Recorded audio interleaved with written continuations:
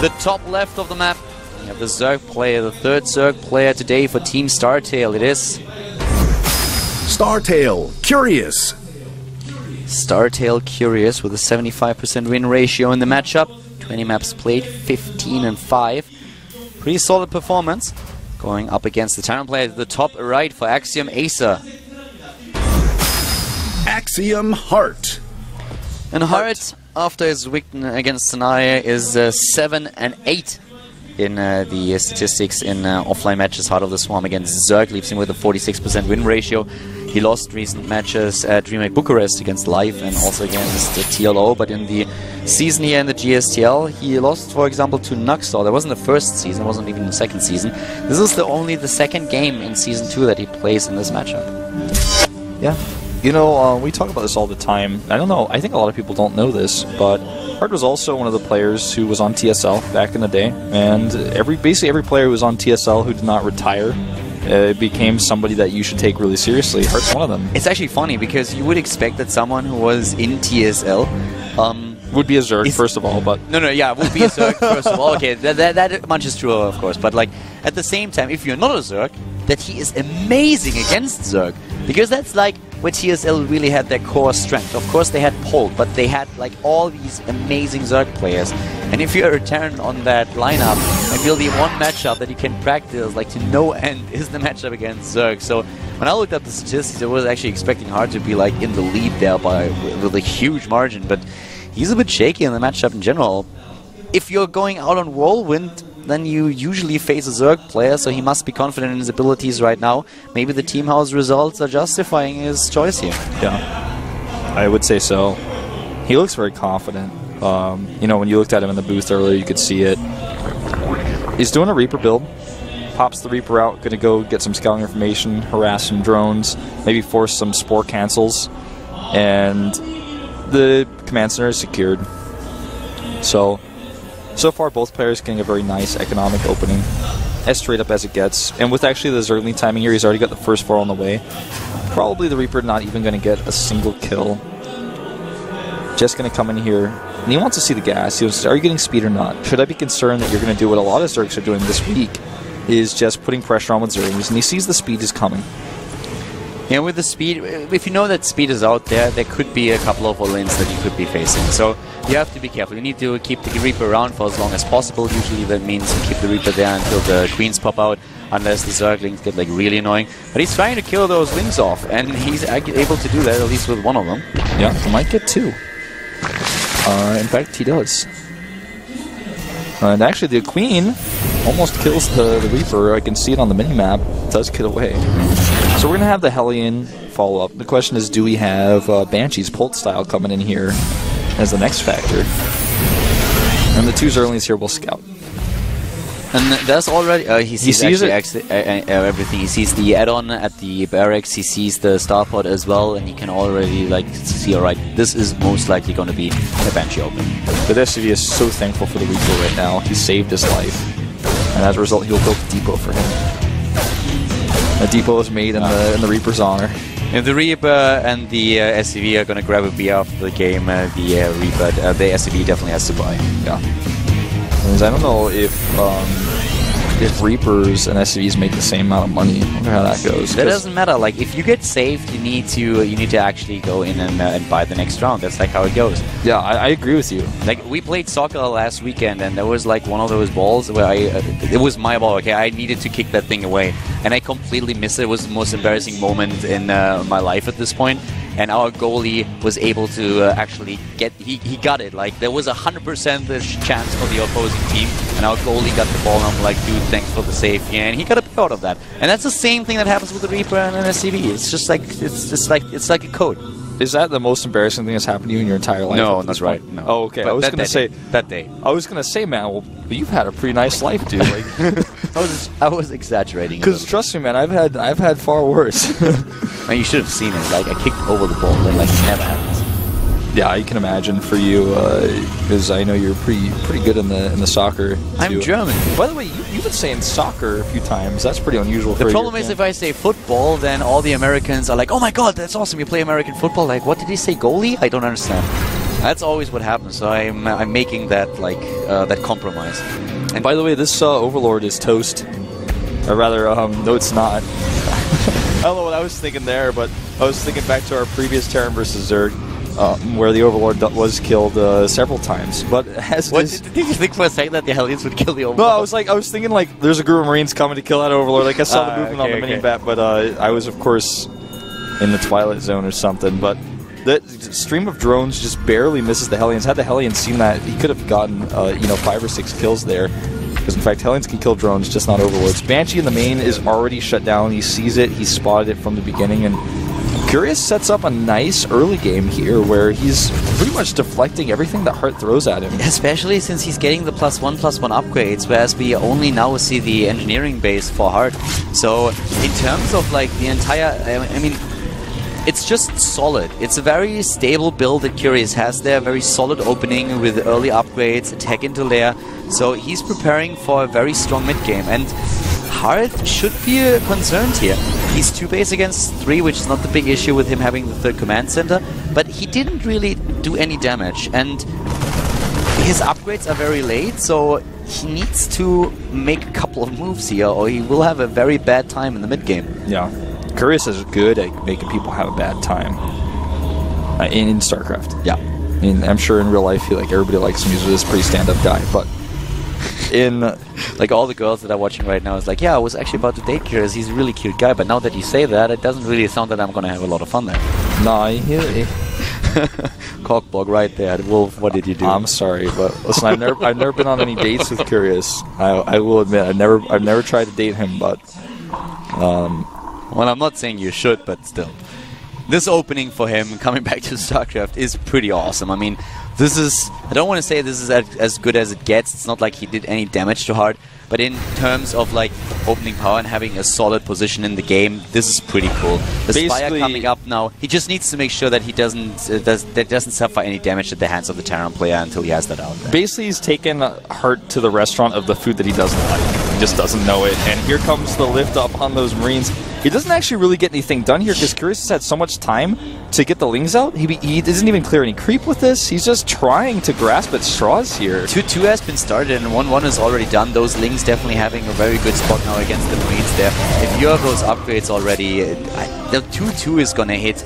And I mean, the 2-2 is gonna hit before Heart has his 2-2 out there a long time, so we will always have this slight lead for Curious in the upgrades. That's just a great position for him to be in. He gets the 4th base. Heart just... he can't do anything right now. He's trying, but there's like no opening for him. Yeah. He's keeping up his own macro, so it's not like he's out of this game or anything like that. But we have a solid creep spread. Heart wasn't able to push that back. We have a very nice drone count. There were no harvesters killed by Heart. By the way, the upgrades are fast. There was just no pressure. I just wanted to point out there's a ton of idle SCVs in the main base. And this has been a problem for him. And actually, I feel like Curious could have gotten a little bit more out of that engagement. There were no Widow Mines nearby at that time. He could have killed a few of the units and gotten away. This is a lot of Lings. Curious is being a little bit timid here, but he has the Baneling support as well. It looks like he just wants to wait until Baneling speed is done so he can really take the army down without a doubt. He's fine right now. There's no need for him to commit in an engagement where he could just wait and have a better position. So he's waiting a little bit. On the other hand, something that I didn't know is that the 1-1 now completed, and now he's in even upgrades with his opponent. But now the Mutalisks are there. Everything is there. And then, you know, having the Mutalisks there is also signaling to Heart immediately, well, if I back off right now and I try to just lift into the Medivacs, I'm going to lose a few of them. So that's why Curious, another reason why Curious was waiting. Curious has a 4th base up with his gases taken, the spine colors at the ready. 4 of them, in fact, on the high ground, ready to slow down any sort of push with the Widow Mine Marine up the ramp. Heart has still good army supply, so it's not like he's out or anything, but the next engagement is going to decide to quite a big extent how this game is going from there on. And Heart has everything that he kind of needs, but can he have the position? Can he get the angle that he needs to really make this happen? The Widow Mines need really good connects here, but they don't do as much damage anymore as in the last patch because of that radius change. Yeah, this is so true. He's just trying to bait him into those Widow Mines. If the Widow Mines connect on Banelings, that's exactly what he wants. And moving back now, gonna leave the Widow Mines be. This might actually be a pretty good trap against Curious. And no, he actually carefully moves forward. Eats 1 shot with the Mutas, but it doesn't matter because it's only 1 shot. And the Widow Mines are gone now. And he still is spreading the creep outwards. He also has his take nearly complete. The Infestation Pit is done. He can go straight into Hive and then get 3-3. He's already on 2-2 before the Terran player. This upgrade advantage Terran so often have is just not existent anymore. And Curious, he's taking the battles that he can win. He's keeping Hard busy. The drop in the main base, repelled, Spine Crawlers, Mutalisks, and Zerglings are there. He's going to lose both. The Mutas, though, a little bit occupied with those Medivacs, and now can he get the Widow Mines where he wants them? There's a whole lot of Zerglings here, and the shots here are not so good. No, definitely not, and everything is going to be cleared up. The Medivacs are going to save the day for now. But those Mutalisks are already on the way, and Hard is really struggling at this point. He's falling behind in supply. He's going into 3-3. That's an edge that he will have at some point, but now Curious definitely the dominant factor on the map. The only thing that Hart has been able to accomplish this game is kill creep. He has killed nothing else, and he's done no damage whatsoever to Curious. And Curious is just soaking up everything that comes at him like a sponge, and it's only making him stronger because he now has Hive on the way. He's got the Pathogen Glands on the way. And Hart doesn't have a fourth base. He doesn't have an army to stand on. He's down in army supply. And his fourth base here might even be cancelled. A huge Ling run by at the third. Yeah, and one bunker is not going to be enough. The Marines, on the other hand, they will save the day for now. The Zerglings, well, they get a few of them get out of there. The Baneling's not committing to it just yet. Curious is just waiting a little bit longer, getting more upgrades into the game, and just denying drops. He's just playing defensively at this point. That Ling attack where he lost a huge amount of his Lings is not a big concern for Curious, considering he can remake those basically for free. You know, this choke point, though, could be a problem. Well, not if no splits. Yeah, you need the splits there, and we have 30 Marines still there. One single Thor, a 24 Mutalisks, and that's a huge number of Mutalisks that we see in the game with a +1 attack upgrade. The second one is not going to be done in time for this battle. It just has been started a few seconds ago. But those Banelings are really chasing down Marines right now, getting a couple of connects. Nice splits by Hart so far, but here come the reinforcements, and now the Mutalisks going to town at those Medivacs, and the Thor is long gone. I can't believe he's actually going to try to engage this as if he's got the advantage. I mean, he's trying to stay his ground here, and this game will end as a result. He doesn't fight on his ground. He doesn't fight where he wants to take the fight. And Curious, he shuts this down. This is going to be game. The number of Mutalisks is crazy, and he doesn't have the anti-air. GG. Curious just, I mean, such a solid play. Hart at points was really looking like he's lost, like he didn't know what to do next, like he was trying to move in at one of the bases and immediately Curious was there, present with his army, shutting it down. The drops didn't work, the attack at the third base didn't work. Every single time Hart tried to make a move in the game, he was just shut down right at the beginning, and Curious then said, you know what, that's it, I'm going to move in, I'm going to take it. Yeah, this is actually just I mean, this is what I expected to see in this game, is Curious have a slight lead, but then when he had the lead, Hart didn't know what to do. Like you said, he killed only creep. He did not do any damage whatsoever with his attacks. Curious always had enough Zerglings to defend. He always was ready for the drops. He spotted them. He had his Lings split into different locations. Curious just with a heartbreaking performance in that game. Quite literally. Yeah. And now we are...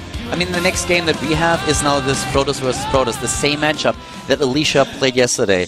And yesterday, he tried to go for that Phoenix, for the Oracle opening, and Trap just said, like, no, Trap card activated, there comes the Phoenix, and then it was like, well, you know what, I think this game is over.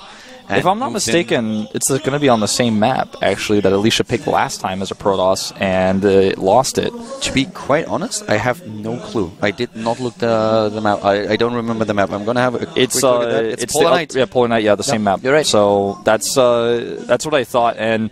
So Alicia picks the same map twice. He expects, okay, this time they're going to send somebody else on a different matchup on it for me. And apparently the idea of the StarTale team is similar. They think it's a good map for Protoss. They send a Protoss out, and Alicia yet again has to play a PvP. It would be hilarious if he would actually go for the same build at the same position. Well, you know what? I think if he does that, he's asking to get smacked down because it already happened once. And but you know how it goes. Like if it works, then everyone's like, "Oh my God, this is so smart." He's mind gaming him. That's something that he would never expect. If it doesn't work, everyone would be like, "This is so silly. How can you expect this to work after it was shut down yesterday?" I think what Avenge will do on this map, based on what he saw yesterday, is go for a safe double gateway pressure into expand. Because going for Blind Phoenix, like we saw from Trap yesterday, is also not the best build for the map. It's a really good build against the metagame of the Oracles, and especially for the map where we've seen a lot of proxy Oracles. But if Alicia goes to the same build twice, even if he wins with it, man, he is basically just putting everything to a dice roll. And that's not how Alicia likes to be. I think the first time when he played it, he was like, I'm not feeling very good about Protoss versus Protoss. This is the map where I was expecting to play against maybe a Zerg or a Terran, but now he lost that. He's only had 1 day to transition from the same matchup, but maybe he's figured something better out here. And before we come into our potential last game of the day, we have another 5-minute break, so guys stay tuned, and then we have the Protoss versus Protoss. We might see an ace match today, but before that we have a short commercial, and then we're going into Alicia versus Avenge. See you guys in a few.